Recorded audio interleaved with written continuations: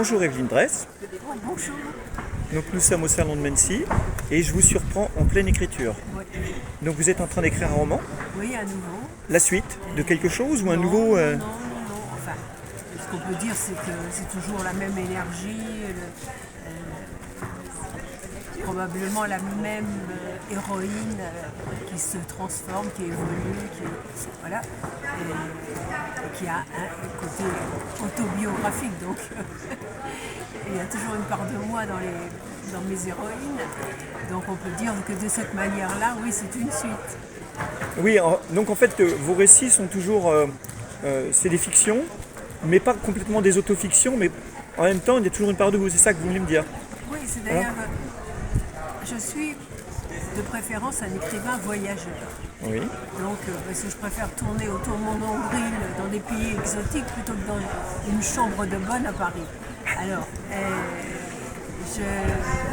quand j'ai l'idée d'un roman, j'écris un synopsis, ça tient en 5-6 pages. Je connais le début et la fin de mon histoire. Entre-temps, je ne sais pas ce qui se passe. Alors je me mets dans la peau de mes héroïnes et je vais vivre leur vie dans le pays que je leur ai choisi. Et ce qui fait que elle et moi, nous nous confondons, puisque c'est moi qui vis pour elle. Donc vous choisissez un pays que vous connaissez ou pas obligatoirement? Non, non, justement, que je ne connais pas.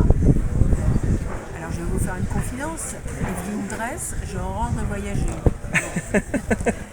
Même mes héroïnes, elles voyagent beaucoup. Voilà. Donc je ne voyage que pour elles. Sinon, pour mon plaisir personnel, je ne voyage pas. Voilà. Alors quand même on ne peut pas passer sous silence votre carrière d'actrice. Oui, Parce que vous avez quand même fait une carrière d'actrice, on va dire, des années 70 jusqu'aux années, début des années 90 à peu près, oui, si je ne me c'est trompe ça, pas. exactement. Et le dernier film que j'ai vu de vous, c'est Pas d'amour sans amour, Ouais. qui a donc d'abord été un film Oui, c'est un film que j'ai réalisé, que vous avez réalisé, oui. que j'ai produit, écrit, produit, joué, réalisé. Et par le fait, il a fallu que je le distribue, puisque à l'époque, dans les années 90, être une femme qui assume tous les postes, c'était absolument du jamais vu et absolument interdit. Interdit Donc, à ce point-là. Bah oui, D'accord. les hommes n'aimaient pas qu'on leur prenne La place. la place. Donc je l'ai écrit, produit, joué, réalisé et il a fallu que je le distribue. Le film a fait 150 000, un peu plus de 150 000 entrées en salle et il a fait 7 129 080 téléspectateurs lorsqu'il est passé. Il a obtenu de nombreux prix en plus. Oui, il a été sélectionné pour les Golden Globes. J'ai eu un prix à Marseille, un prix à Prague. Oui. Voilà. Et ça veut dire qu'il en avait dans le ventre. Clairement. Et que si un producteur m'avait accompagné, évidemment, j'aurais eu une surface beaucoup plus importante et on m'aurait un peu plus prise au sérieux. Voilà. Donc, toutefois, le film existe avec Patrick Chenet, Gérard Darmon, Martin Lamotte, Michel Duchossois, Jean-Luc Bidot, Aurore Clément, Dora Dole, Pascal Recard, Valérie Stéphane, Cécile Pallas, Tania Lopère, Jacques Penaud, Thierry Ray, Coralie Sérig et moi-même dans le rôle principal. Je les cite tous parce que c'était merveilleux qu'ils me fassent confiance. Je n'avais jamais réalisé avant et c'était tous des gens connus déjà à l'époque et qu'ils m'aient fait confiance, ça a été formidable. Alors, et s'il n'y a pas eu de suite, de suite à votre carrière De de réalisatrice, réalisatrice, c'est à cause des difficultés vis-à-vis du fait que vous étiez une femme? j'ai monté mon deuxième long métrage, Oui. adapté d'un autre de mes romans qui n'est pas là, qui s'appelait La Maison de Petit Cher. Oui. Et 2 mois avant le début du tournage, France 2 Cinéma s'est retiré Oui. et ça a fait capoter le château de sable. Parce que j'avais eu déjà beaucoup de difficultés à trouver les sous, mais j'avais quand même Canal+, Ciné, enfin bon, beaucoup d'acteurs, un coproducteur belge. Mais à partir du moment où un producteur se retire, Oui, le financement s'effondre. voilà. Et donc du coup derrière plus d'autres projets de films. Ben, c'est-à-dire que des projets, j'en ai plein Oui, l'armoire. mais après il faut les financer. Mais c'est le temps qui manque parce que ça prend minimum pour moi 5 ans Oui. pour monter le film, faire le casting, les repérages, voilà, écrire. Et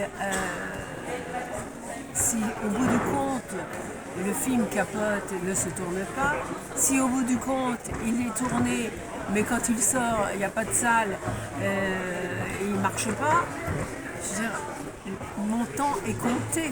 Bien sûr. Et donc, je ne peux pas gaspiller 10 ans de ma vie comme ça à chaque fois. Donc, en revanche, quand j'écris un roman, il sort. Voilà, donc ça c'est bien.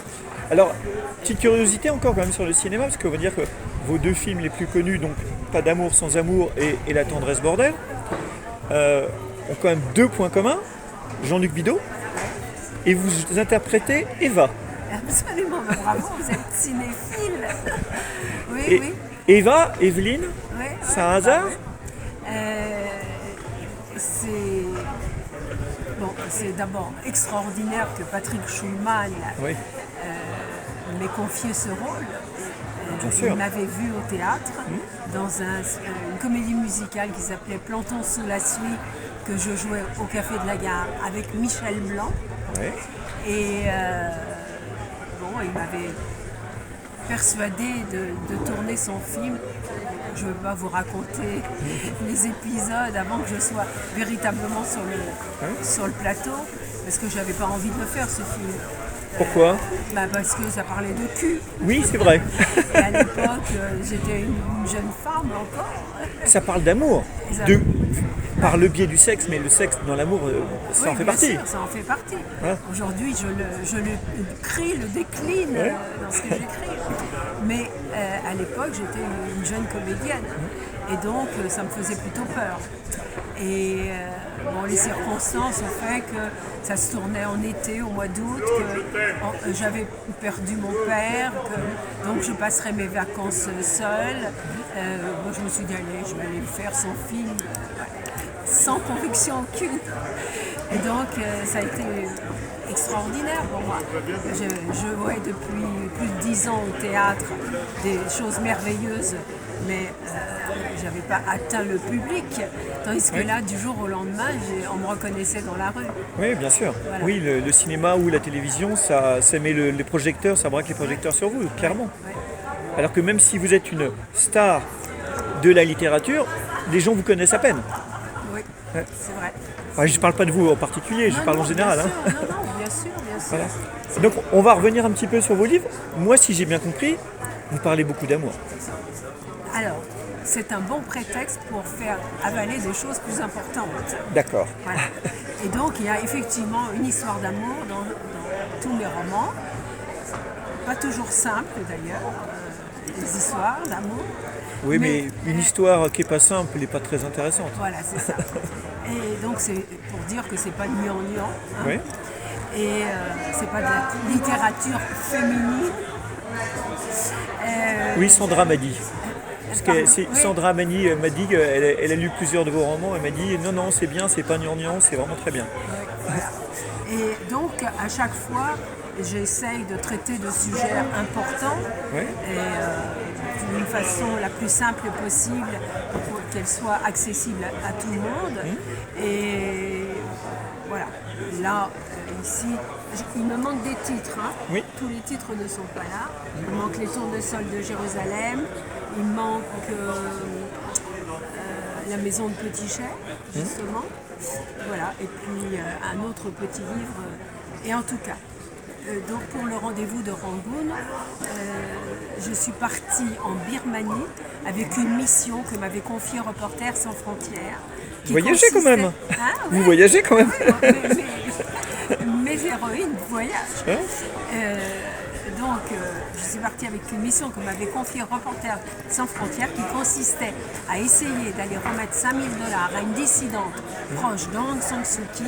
Cette dissidente qui s'appelle San San Noe venait de purger 10 ans de prison, raison pour laquelle Reporters sans frontières n'avait pas réussi à aller lui remettre son prix de 5 000 $. Ils m'ont dit si vous y arrivez, ce sera vraiment formidable, mais ne gardez sur vous ni son nom, ni son adresse, ni son numéro de téléphone, car si on vous surprend avec ces infos sur vous, vous irez directement en prison et on ne pourra rien faire pour vous. Moi je me suis dit mais c'est génial, parce que j'aurais peut-être jamais eu cette idée pour mon héroïne, donc je vais le tenter. Et je le raconte évidemment au milieu de beaucoup d'autres péripéties. D'accord. Ça c'était une aubaine incroyable. Exactement. Ouais, parce que j'avais le projet de partir en Birmanie pour mon héroïne, mais je n'avais pas imaginé que je partirais avec une mission. Pour les chemins de Garveline, qui se passent en Pologne, je suis partie du postulat qu'on ne pose jamais les bonnes questions à ses parents. Et lorsqu'ils décèdent, on s'aperçoit qu'on est orphelin à la fois de ses parents et de leur histoire, qui est aussi la nôtre. Et en l'occurrence, mon héroïne ne sait que ce qui est écrit sur la carte d'identité de son père, né le 15 novembre 1914 à Garveline, Pologne. Or, c'était aussi ce qui était écrit sur la carte d'identité de mon père. Et donc, je suis partie à vélo sur les routes de Pologne, à la recherche de ces traces dont je ne savais rien. Et j'en ai rapporté un roman qui tient à la fois de ce road trip, des gens que j'ai rencontrés, de l'enquête que j'ai menée. Et voilà. Donc, Bien, non. et ça parle évidemment de la guerre, de la Shoah. Oui, forcément. Et toutes ces choses. Là, pour Mécha, qui paraît être un petit livre, Oui. c'est un récit autobiographique qui ouvre sur une séquence de Et la tendresse bordel. D'accord. Car dans le film, j'étais mariée à Bernard Giraudot Oui. et nous avions un chat qui s'appelait Clitoris. Exact. Et donc c'est ma rencontre avec 7 chats qui ont croisé ma vie. Et à cette occasion, je raconte mes mésaventures familiales. D'accord. Donc là, celui-là est plus autobiographique alors. Oui, complètement. Oui. Disons que là, je ne me cache pas derrière mon petit doigt. C'est vraiment moi qui me raconte. Très bien. Écoutez, est-ce que on peut en savoir un peu plus sur la suite, ce que vous êtes peut-être en train d'écrire? Eh bien non, justement. Non, Parce que- c'est secret. Oui. Je dois le rendre le 15 juin. À bientôt donc. Alors, évidemment, il se passe ailleurs. Oui. Je peux vous dire qu'il se passe en Italie. Bien. Voilà. Et que mon héroïne fait un métier que j'adore. Mais je ne vous dirai pas lequel. D'accord. Et donc, ça la mène à faire aussi des enquêtes. Ok. Et la sortie est prévue pour? Ben, j'espère en 2024. Ok. Car vous savez que j'adore faire des salons. Oui. Et les salons ne nous invitent que si nous avons une Nouveauté. Donc j'espère que j'aurai une nouveauté en 2024. Pour pouvoir écumer les salons à nouveau. À nouveau. Voilà. Oui, Parce vous. que vous savez, ce que je fais pratiquement tous les week-ends, c'est-à-dire aller devant du public, de mes lecteurs, ça ressemble un petit peu à ce qu'on fait quand on est comédien. C'est-à-dire que quand on fait des tournées. Oui. Voilà. Et donc, je fais un vrai travail de fond. Je me fais connaître parce qu'il faut quand même changer de casquette, Oui. puisque j'étais connue comme comédienne. Il faut maintenant que les gens me connaissent aussi comme écrivain. Et je dois dire que ça marche parce que là, par exemple, quand je suis arrivée à Mency, hier matin, j'ai eu que des gens qui m'avaient déjà lu l'année dernière et ça me fait infiniment plaisir. Bien sûr, surtout s'ils reviennent, c'est que ça leur a plu. Exactement. Voilà. Et bien, très bien. Et ben, merci beaucoup et puis bonne continuation, bonne journée. Merci à vous. Au revoir. Au revoir.